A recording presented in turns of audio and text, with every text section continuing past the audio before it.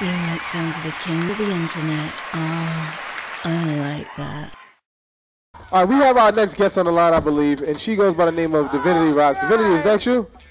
Oh, yes, God. All right, what's going on with you, love? How's everything going?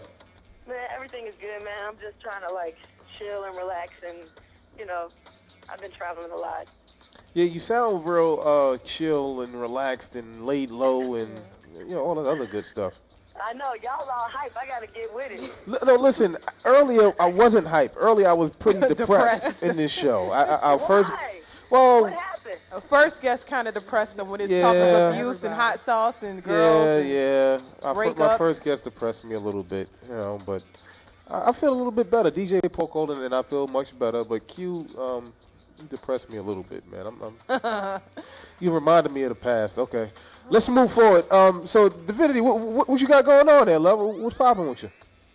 Man, I just dropped my the Roxx Box Experience EP on DivinityRoxx.com, and it's on iTunes, and I've been doing a whole bunch of shows with the Korean. I've been music directing this Korean pop band, and in the midst of doing that, releasing my own project. So I got a video out there called Get Here on YouTube, you know what I'm saying? I mean, I'm just out there spreading the word about the project. It's hip-hop, it's rocked out. I play bass. I done toured all over the world, getting ready to go back again. So, you know, now, listen, I love a woman who can play an instrument. This is, I don't know, it's just something that turns me on about that. Where did you learn how to play a set? Man, you know what I'm saying? I bought a bass guitar when I was in college and started just messing around with it. And then, you know, I fell in love with it and got serious about it. And I went down to, I dropped out of UC Berkeley and went down to Georgia State, took a couple classes down there, and decided that, I mean, the place I really want to be is on stage. So I just started taking it to the stage with the bass and the rhymes and started touring with Victor Wooten. Right. And it paid off. Well, it definitely. Yeah. Now she's hyped. Now this is my kind of chick here. God damn it. Yes, it definitely paid off. Yeah, you can't have a name like Divinity Roxx and then call in here, it sounded like you just lit 3 incense and you about to cross your legs and, you know what I mean? Come on, man. Watch Friends. Yeah. You can't have a name like Divinity Roxx and sound like you just lit 3 incense. You supposed to come in here, you know, charged up. And rock it. Sometimes even Divinity Roxx got to light 3 incense. You know what I'm saying? Like, for real. If you don't do that, boy, you be jacked up in the game, for real. Well, you know. I mean, if I use the bathroom, I like 3. Other than that. That's a whole nother. Right.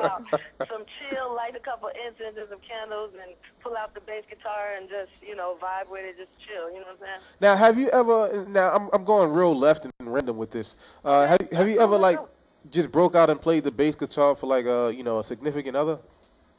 Absolutely. Yeah. Absolutely. Yeah, it's fun. I mean, when I'm sitting around the crib, and the bass is just sitting there, I'm gonna plug it in and play. Especially, you know, and it doesn't matter if you know, we just chilling. I play bass while I watch TV. Right. You know what I mean? So okay. Yeah, absolutely. I would love for you to play bass for me one day. I would play bass for you. You wanna come sit by my fireplace? I want to light a few incense. Light some incense and now you want to light and play a little bass. Just watch your booty. Yeah, and chew and I will get some. Listen, see, and she's the one that keeps doing this. Divinity, I would not stick my finger in your butt. I know, dude. You definitely won't. I will not stick my finger in your butt. We will. Let's make that real clear and put it on the record. It's not going down. But I will massage it. Oh, God. Street Disciplez. Oh, man. I told you there's some straight foolishness on this show. Now, how long have you been performing and touring? Like, how many years here? I actually looked up and realized I've been touring straight for about 10 years. Wow. For 10 years straight? Yeah. What was the livest place that you've ever performed at? The livest place, man, I would have to say, Brazil was the illest place. Oh, yeah, I bet. I've heard stories about Brazil. It's so incredible. The people are just wild and crazy and want to party, and so that's the wildest place. Okay. Wow. I've never been to Brazil. I've never even gotten close to Brazil. But I've dealt with chicks with Brazilian waxes before. But I've never, Now, Oh, yeah. That's the closest you ever got to that's the Brazil? closest I've ever gotten to Brazil. Yeah, and I didn't even know it was a Brazilian wax that she told me. But. Oh my goodness. All right. Now, have you actually, you actually performed in front of the president as well, didn't you? Absolutely. Yep. Now, how was that experience? Man, that was like, it was surreal, you know what I mean? He's the first African American president in the country, and it was an incredible experience to just be there performing in front of him and his family, you know, with one of the greatest artists in the world. Right. You know what I mean? Right. So it's surreal, like when it happened, and it's just like, wow, did that really happen, yo? Was I really a part of that? Did I really experience that? That is so sexy. She just said, yo. I love a woman who says, yo, every once in a while. That is amazing. God. How was touring with Beyonce? How was it touring with her? I mean, come on, man. You're going all around the world. Like, you're everywhere. You're in Japan, and you ain't never left, you know what I mean, crib. So it's just an incredible experience to be able to get on stage and rock with the greatest and tour around the world and see the world with the greatest and just be in that whole environment was, you know, it's unbelievable. Do y'all plan on working together again soon? I don't know, man. We will see. Let's see what she gonna do. Never know what the queen bee gonna do. I'm curious now. I know she was pregnant with Blue Ivy at the time. Don't start asking me questions about her No, pregnancy. I'm not. I'm just curious how you feel about those fake pregnancy allegations. That's all. How I feel about it and how I feel about anything else. Yeah, thank you. I'm curious. That's all. That was the right sound. Right. That was the right sound. Yeah. Listen, they're very interested in the Beyonce thing, but you know, I'm gonna be honest I'm with nosy. you. I'm sorry. Yeah, and that's cool. I ain't gonna lie. But you know what? I'm very impressed with. This man is actually my intro, my theme music. You actually recorded a track with the legendary Bootsy Collins, didn't you? Oh, no, that's Yes, sir. cool. Bootsy. Yes, How did that go? Man, Bootsy's really, I love that dude. I met him because we're sponsored by the same bass company, Warwick Bases out of Germany. So we started meeting up. We did this whole thing called Fuss on the Bus and took this legendary picture in front of the Brooklyn Bridge with all these incredible bass players. And that's how I met Bootsy. And I had this record called Snap, and I was talking mad shit on the record, and I was like, who else could I get to just go in and other than Bootsy, you know what I mean? You could have got me. And Oh, Lord. Lord. You ain't got that, you ain't got that Bootsy thing, though. You know what I'm saying? You can play bass, nobody got that. Well, You can play Nobody got bass. no, listen, I can't play bass, but I'm and this is the God's honest truth. I can play tuba. And Oh, very nice, because you know what? Before the bass guitar, the tuba held down the bass. held down the line. bass, right? Yeah, And I absolutely. played the tuba for about 6 years. You know. You want a cookie? You said I You who? know what? Hey, you shouldn't have asked him that, Charlie, because ain't no telling where his fingers are. I know. You shouldn't have asked him that. I gotta be specific as to which cookie I'm talking about. Right. Yeah. Yeah, man, yeah. Yeah. It's a beautiful thing. So you work with the homie Bootsy. You've toured everywhere. Now, real quick, because I didn't get to finish where I was going with the Obama thing. What did you think about the debate? I'm sorry, I have to ask this. I've been trying to ask as many people as possible their thoughts on the election, because for me, I feel like it. You know, obviously it transcends music, and it's something that our listeners, followers, your followers, they need to kind of be tuned into things like the election, man. What do you think about the election and your feelings on this whole debate? Man, I watched a good part of the debate the other night, and I mean, it's politics as usual, man. For real. You just got to be able to see through the bullshit that is being put out there and it's being said, and really think about the country as a whole, because government is supposed to be for everybody, for the people. Yeah. And when you start having governments that exclude some people based on their own ideas about the self and I, then you exclude a whole lot of people, and you can make that sound like one thing, but it really is another when you really dig deep into it. So, I mean, I think this is a really important time in our political climate, for real. I mean, this election is even bigger than the last election. That is true. You know what I'm saying? Right. So, but we aren't out there promoting it like it is, man. You remember 4 years ago, everybody We went was out hard. there That's and they were true. going And that- hard. Why isn't everybody going hard? They're sleeping.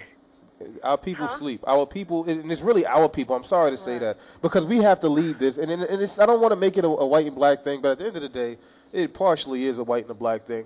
But that's what. It's a white and a black thing. It's about an I versus them thing. You know what I'm saying? So it's not just a black and white thing. The country is comprised of more than just black and white people. And I think that we as a people have to begin to understand that in order for us to even be able to get to the next level in this whole thing. You know what I mean? Right, but listen, and just bear with me here. And I'm going to make this point as swiftly as possible. When it comes to African-American issues, and I've said this numerous times on this show, for the first 5 minutes, we are up in arms about everything. We have a hurrah movement and moment for everything. Whether it was the Deshaun Bell or Trayvon, we're up in arms at first. Give it time, we go to sleep. And that's just how and I mean, it's with the Hispanic culture, with the Asian culture, it's not like that. And I know it's not a black and a white thing, but we're not supporting as much as we should as far as getting the word out there. So that's why I try to bring it up as much as possible during interviews, man. It's tough. It is tough, man. It's something that we have to encourage each other about. You know what I mean? Parents have to talk to their kids about what's going on and how it's affecting them, because it affects all of us. And if we just continue to just hang out and party and just do nothing, then we're going to be the ones who are going to be hurt in the long run. Us and our community and our families and our brothers and sisters and cousins and all of them. You know what I mean? Right. Yeah. All right. You got to encourage as many people as you can. Get out and vote for real, man. That is so true. But please get out and vote. And we need y'all to go vote in Ohio, and we need y'all to go vote in all these swing states. That's right. Just do it. Just do it. It ain't going to hurt. Just get up, go somewhere, click that little screen, and then bounce. It ain't going to take that long. Just do it. That's what I tell the chicks that all the time. Never mind. I was going to say, I'm sorry. Don't go left. I was going left. Damn it. All right. Listen. So you have a project out now, correct? Yes, sir. It's called the Roxx Box Experience. Check it out. I'm playing bass. I'm rhyming on it. I got a lot of incredible musicians. I got, of course, Bootsy Collins, and then there's Killer Mike, and I got Carlos McSwain playing drums on it. Yeah. It's like loud and blatant and kind of, it's kind of crazy. Okay. All right. Now, are you how are you doing as far as shows for the album? Are you touring with the album or for the album purposely, or you just doing your bass thing? Nah, right now I'm about to get ready and leave on Saturday to go to Belgium. I got a club tour happening in Belgium, and I just picked up a show in Italy, and I'll be in Paris. And then after I do that, I'm looking at a show in New York in December. But before I get back for December, I'm going to go on tour with this group 21. I play bass and music direct for them.